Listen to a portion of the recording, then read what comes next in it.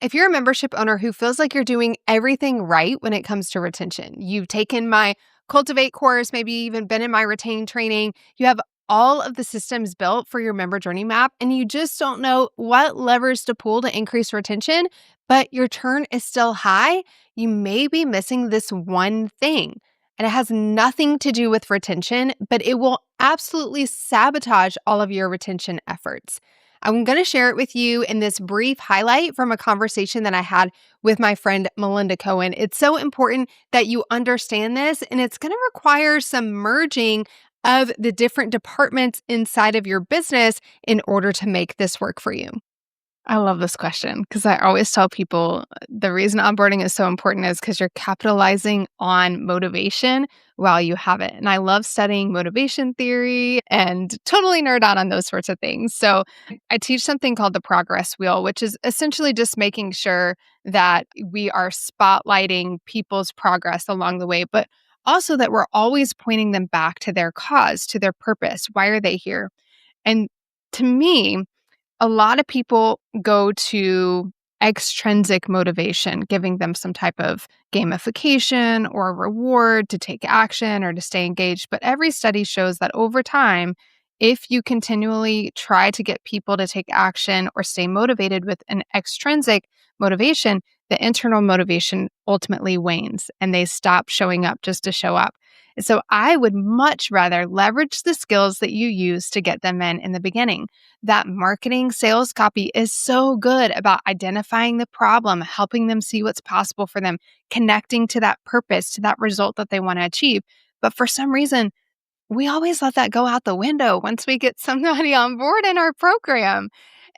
But when you have the mindset of I need to always be marketing, then you start asking yourself the question of how can I use the same language, the same motivation, the same dream that I cast in my marketing? How can I use that throughout their journey to keep them motivated, to keep them connected to that pulse point of whatever that promise is, whatever that hope is that they have for themselves?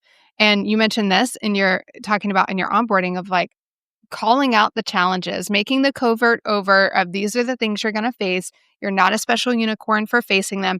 Normalizing falling off the wagon so that you can normalize getting back on the wagon. That way, when they get that message from you because they're yellow and you kind of haven't seen them for a little bit or whatever it might be, that message is not a message of shame. It's not a message of where have you been. It's a message of everybody falls off at some point. Everybody gets distracted at some point. But what is the difference maker is what you do when you recognize that you've fallen off the path or you stop pursuing that dream or you stopped working towards health. And if you want to know what successful people do, it's this. They do this one thing. They log in and watch one video. They show up to one call. They do this one habit, whatever it might be. So you give them a tiny little baby step towards success because that motivation and those actions need to be tied together. I can have the trigger of taking an action, but if I'm not motivated to take it, I'm not going to do it. So we have to be thinking, what are they motivated by? It's probably the same thing that sold them in the beginning. So get that motivating messaging around there. Make sure that you're giving them that trigger, that email, that reminder to step back in, and then make sure that action is very doable and very simple so that we can get that progress wheel turning again and get them back into motion. And the value of just one call. A lot of times, consumption rates and show up rates are what lead to poor retention for a lot of coaches because they can't get people to show up to the coaching call.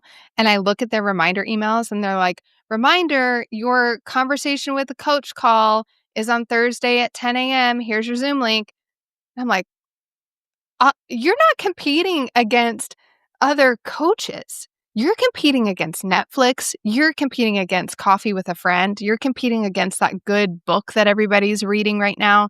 So you've got to be compelling in your reason to show up, even if it's the same call and you don't have a different topic every single time.